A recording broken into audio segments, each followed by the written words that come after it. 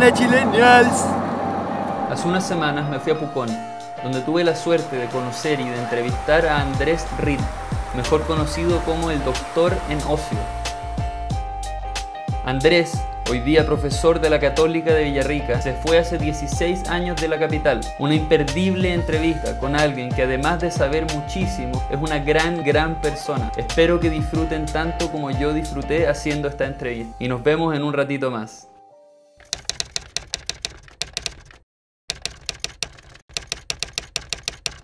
Yo llegué, volví de la universidad y entré, bueno, fui a San Pedro, volví, trabajé con mi viejo y después me metí a una empresa de publicidad. Ya.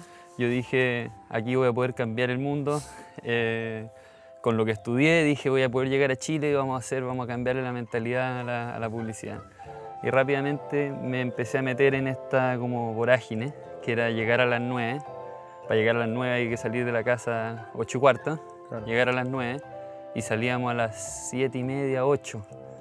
Y nada, era todos los días, como que se empezó a nublar todo.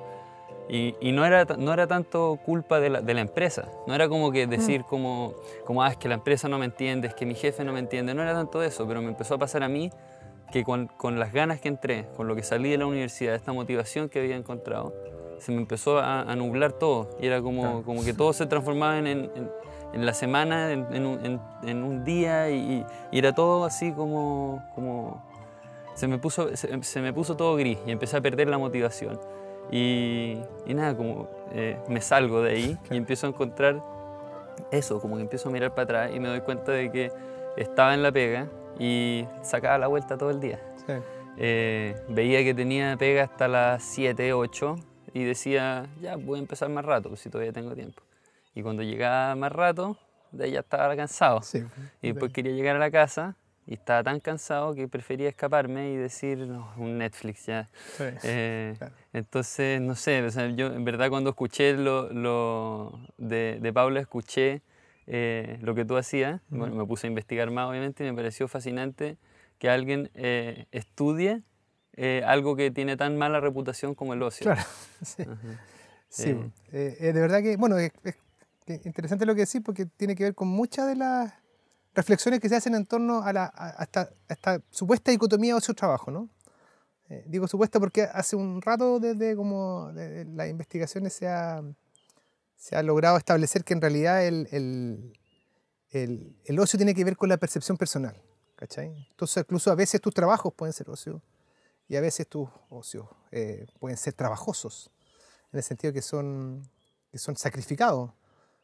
Pero siempre la cualidad es que sean satisfactorios. Entonces, el ocio, contra lo que la gente normalmente cree, no es pereza, no es no hacer nada. De hecho, hay ocio increíble. No sé, uno piensa en los montañistas, en los ciclistas, no sé, ahora que estamos hablando de esto, los triatletas, hay muchos triatletas hoy día, yo veo cómo terminan esos personajes, agotados. O sea, no es que sea algo plácido y tranquilizador, no es que no hagan nada, hacen mucho, pero es ocio puro.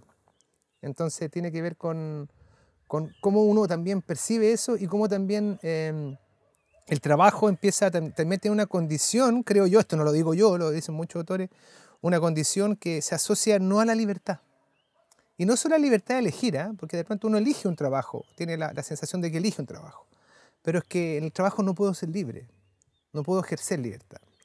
Y esas son las diferencias sustantivas que uno puede entender cuando estás en ocio o no, cuando te sientes libre en lo que haces, ¿cachai? Porque incluso me ha pasado a mí, yo a veces estoy haciendo clases en la universidad y todo, y me siento increíble, es como si estuviera en ocio haciendo clases, estoy haciendo mi pega. Pero otras veces no, otras veces te sientes muy, muy trabajoso, muy vinculado no solo al esfuerzo, sino que a la no libertad. Y eso es como una cualidad súper importante. Hay algo que me parece muy interesante, que es que en nuestra sociedad, y yo creo que tiene que ver mucho que venimos muy influenciados por Estados Unidos, que el estar ocupado, hoy estoy cansado, trabajé todo el día, tiene como un valor social. Sí. ¿De dónde viene eso? Sí, mira, eso es bien interesante porque tiene que ver como con la concepción que el ocio ha ido mutando desde originalmente, por lo menos en Occidente, lo que sabemos en Occidente, que el ocio originalmente era este espacio virtuoso, este tiempo deseado por todos los ciudadanos libres de Grecia antigua, ¿no? O sea, Aristóteles considera que el ocio es la vida para la liberación del ser humano, la liberación del hombre. Ese es el camino privilegiado.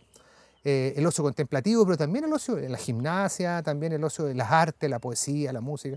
Eso practicaban los ciudadanos libres en Grecia. No trabajaban. Los que trabajaban eran los esclavos, ellos tenían esclavos. Entonces, el ocio en ese tiempo estaba vinculado a una cosa totalmente virtuosa.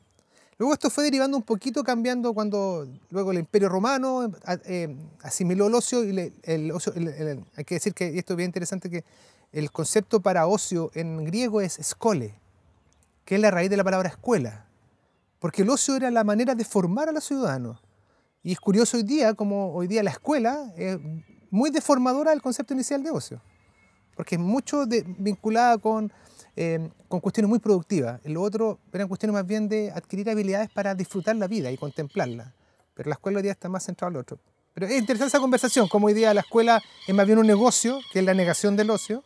El negocio viene del negotium, de negación del ocio. Entonces la escuela forma para el negocio generalmente, no forma para el ocio. Entonces pasa a Grecia, bueno, pasa a Roma, y en Roma está toda esta idea del otium como un ocio que se usa más bien para distraer a las tropas cuando están en tiempos de paz, en la Pax Romana. Ahí viene este clásico concepto de pan y circo. ¿Qué le damos? Le damos pan y circo para que eran básicamente guerreros, no estaban en guerra. ¿Qué hacemos? Lo entretenemos, le damos comida gratis y le damos circo. Y ese era un ocio más pasivo, un ocio más bien de espectador. Y ahí empieza como a distorsionarse, en la Edad Media sigue existiendo esta valoración del ocio, pero se empieza como a generar una tensión a propósito de que los caballeros, los nobles, los feudales tenían tiempo para el ocio, salvo cuando iban a las cruzadas, y los demás, los trabajadores, eran los que hacían toda la vega, los inquilinos, y tenían poco tiempo para el ocio. Entonces empieza a producir una tensión que se revierte ya como definitivamente, y tiene que ver lo que tú decías con la mirada más anglosajona, diría yo, que con las contrarreformas y la reforma y en el tiempo de la Revolución Industrial y un poco antes, se empieza a entender que el trabajo es el camino liberador del ser humano. Entonces la valoración que hay en el mundo anglosajón sobre el trabajo es esa, es la única y la vía correcta para ser libre, para ser un ser humano íntegro. Entonces tiene una carga muy potente, pero que sin embargo en los últimos años se ha ido cambiando. Yo diría que la generación a la cual perteneces tú y quizá un poquito antes, tienen una mirada sobre el trabajo y se han dado cuenta que el trabajo no tiene por qué ser necesariamente la única y la mejor vía para sentirse libre, que hay otras. Y es muy curioso, en Europa tiene una encuesta de valores que hacen hace mucho tiempo, y en los últimos años, diría yo, en los últimos 10 años, el ocio ha superado en valoración al trabajo como valor de los ciudadanos europeos. Claro. Ahí hay algo interesante, porque no es decir no hay que trabajar, es como, para mí lo más increíble de esto es que el ocio te hace más productivo en el trabajo. Totalmente. Entonces sí, eso es lo que como que puede costar tanto entender, porque yo creo que los detractores del ocio, por llamarle así, está esta concepción de que, claro, es tiempo de pereza, es tiempo de que estáis dejando productividad de lado por hacer nada, por decirlo. Y los estudios, estudio y experiencia personal, es que uno reduce el tiempo de productividad, entre comillas, uno lo reduce y te queda un tiempo más corto en el que se puede priorizar. Sí. Que fue lo que me pasó a mí. Teniendo 10 horas, 11 horas, yo digo, dejo, y cuando llego a las horas que sí se supone que ya son las horas límite, ya no me queda energía. Entonces, eso es lo más interesante, es como el concepto de que el ocio te hace más productivo en el trabajo. Yo creo que en Estados Unidos sí lo están entendiendo con todas estas modalidades de gente que los dejan trabajar desde la casa, que tienen el típico ejemplo, la mesa de ping-pong en la oficina. Y yo creo que en Chile, como lo leía en una de tus entrevistas, que somos el país que trabaja, o de los que trabaja más horas, y al mismo tiempo los menos productivos. Sí. Bueno, hay dos dimensiones súper interesantes lo que tú decís. Una, que el ocio puede ser entendido como, incluso en algunas ocasiones, con un concepto que usamos mucho en Latinoamérica, que es como es el similar o el sinónimo, que es la recreación. La recreación tiene, en su origen conceptual al menos, la idea de recrear las condiciones para volver a trabajar. Así estaba pensado inicialmente. ¿Cómo podemos volver a estar en condiciones para trabajar? Entonces, para eso se consideraba que el ocio era muy eficiente en eso. Y por eso decían como esta idea del ocio como recuperador, restaurador, ¿no? No, ándate a dar una vuelta al parque y te vas a restaurar, porque eso sucede, o anda a jugar, haz un deporte y el deporte va a hacer que tú botes tus tensiones y así vas a estar mejor preparado para trabajar.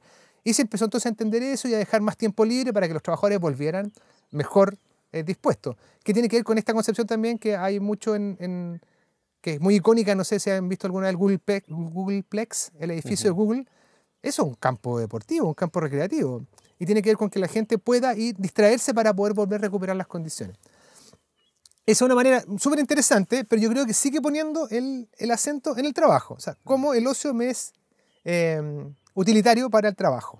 No está puesto en el ocio. La otra, que es el mundo más ideal, creo yo, y que desafortunadamente no todo el mundo tiene la suerte de poder hacer esto, es que tú trabajes y que tu trabajo sea tu ocio. Que tú puedas... mira, hay una definición súper linda de ocio, más allá de las conceptualizaciones, que dice que ocio es hacer lo que uno ama. Si yo estoy haciendo lo que yo amo, estoy en ocio. Porque después uno lo desglosa y hay una serie de condicionamientos psicológicos, qué sé yo, que se traducen un poco en eso. Entonces, desafortunadamente no todo el mundo tiene esta posibilidad de tomar la elección o encontrar el camino que le permita hacer lo que ama. Yo siempre saco este ejemplo a colación porque para mí es un referente, porque yo lo miraba, no sé cuándo alguna vez vieron jugar a Ronaldinho Gaucho. Yo veía a Ronaldinho y decía, este tipo está trabajando. O sea, estaba en un goce total todo el tiempo. Y el tipo, por supuesto, entrenaba, se sacrificaba, pero él estaba todo el tiempo gozando. Él tenía la suerte de poder trabajar en su ocio. Claro, y la discusión más conservadora es no, que eso no es posible, cómo hacer posible que todo haga. Bueno, tenemos que llegar a un mundo... Hay una apuesta así como... Hay un libro muy, muy interesante del año 58 que se llama La civilización del ocio, que es de un francés, Geoffrey Dumas-Sédier, y que él aventuraba en el 58 de que la sociedad tenía que llegar a esta estructuración del tiempo que tenía 8 horas de descanso, 8 horas de trabajo y 8 horas de ocio. Decía que eso es lo que queríamos llegar una vez que la tecnología nos permitía hacer que las tareas más duras, las menos deseadas, las hicieran más fácil la tecnología y no los seres humanos. No le apuntó tanto, le apuntó en parte, pero por lo menos en la idea sí. Entonces, porque yo creo que eso sería maravilloso cuando uno, sí, yo no sé, cuando yo veo un profe que ama lo que hace, cuando ama enseñar, se nota tanto. Los estudiantes aprenden mejor con él, están conectados con él, el profesor es mucho más eficiente, no tiene que estar 8 horas haciendo clases para ser un gran profesor. Imagino cualquiera, incluso un pintor o un tipo que corta el pasto, imagino a alguien que le encanta jardinear. Obvio que lo hace mejor y lo hace más rápido. Claro. Sí, pero claro, ¿cómo hacemos que una sociedad sea capaz de tener que te posibilite trabajar en lo que tú quieres?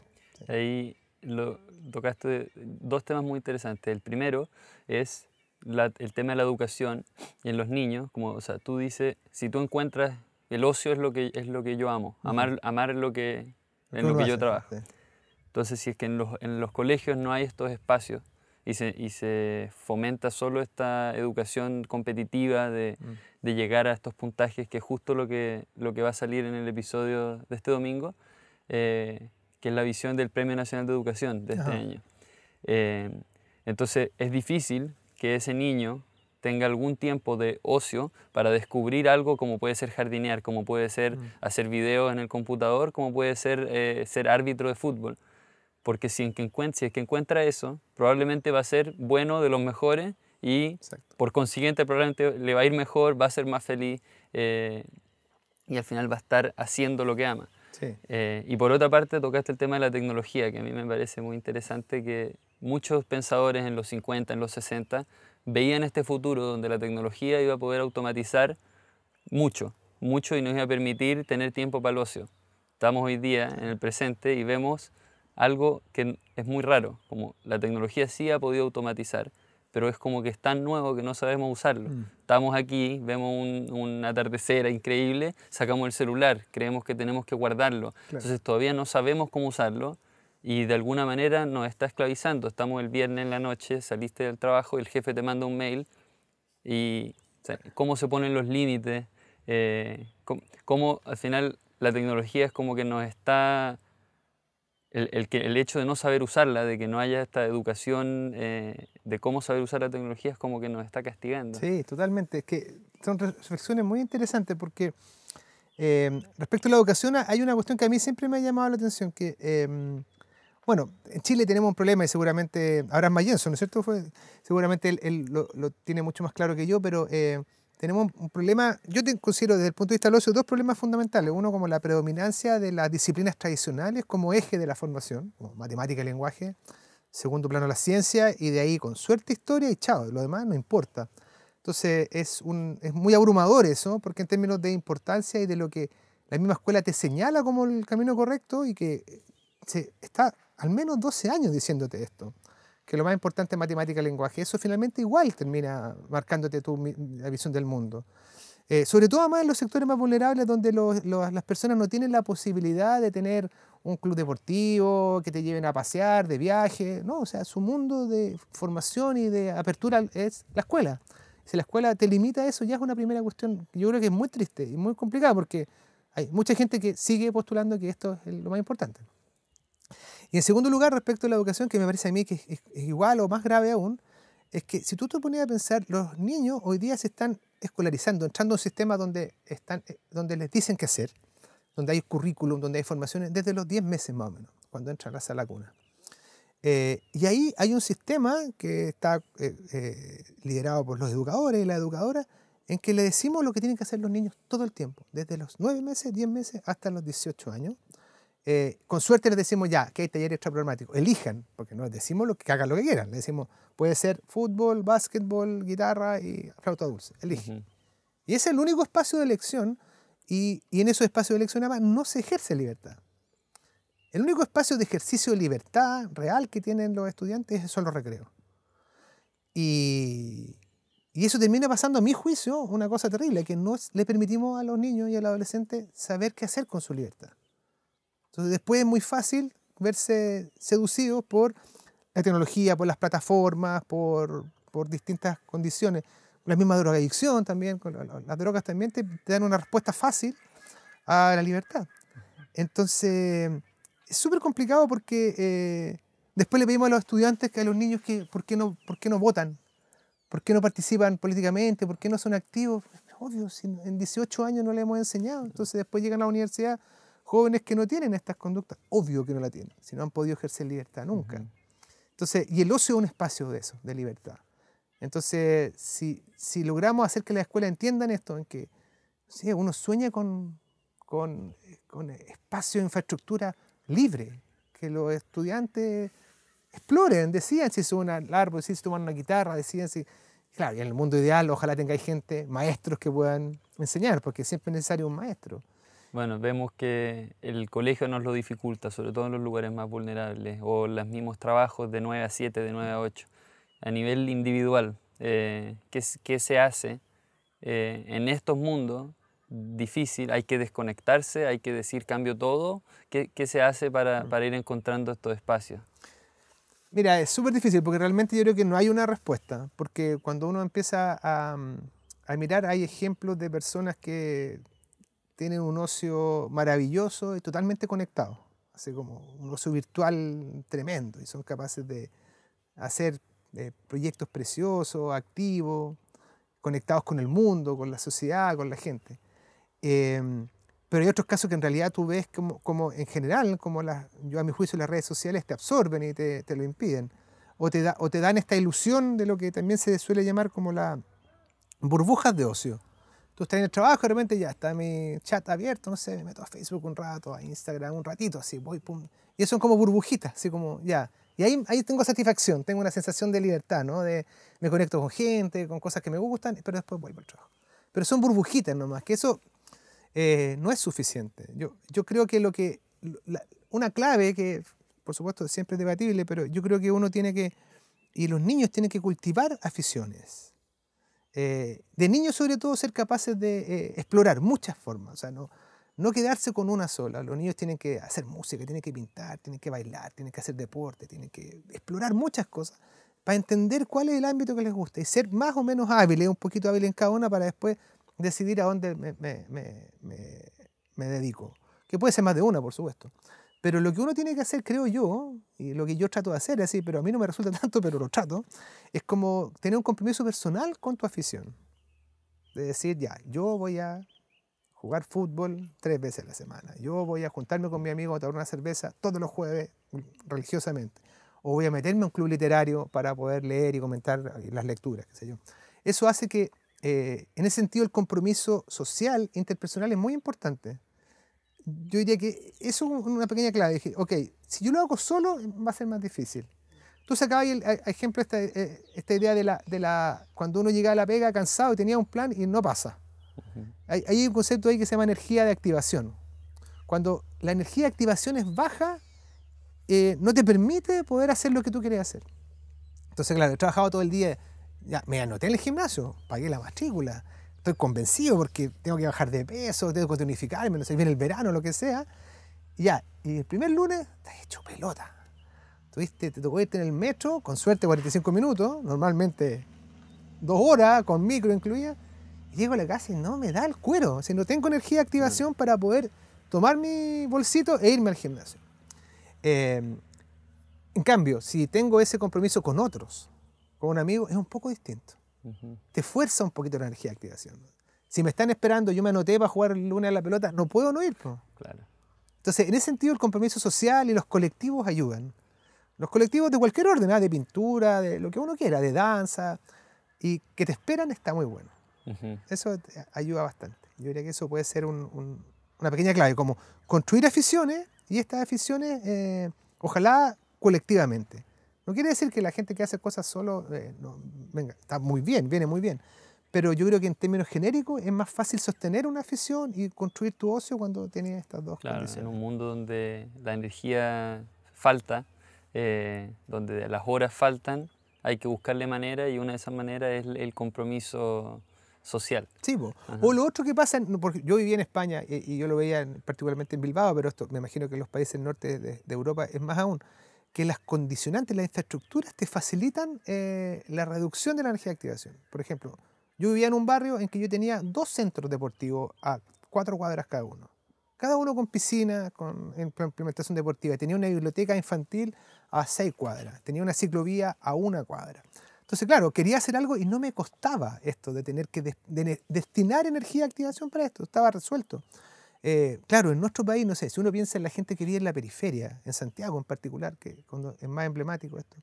Claro, si yo tengo que viajar 2 horas para llegar a mi casa en transporte público y llego y mi parque para ir a trotar, para hacer algo, me queda a media hora, no voy a ir. O sea, ¿quién haría eso? Los héroes nomás, no se puede. Pues. Entonces, si hubiera una infraestructura municipal, estatal, que te dijera, mira, todas las comunas tienen parques accesibles, tienen gimnasio, tienen piscina, yo estoy seguro que eso cambia. Seguro, la gente anhela esto, pero le faltan los espacios. Sí.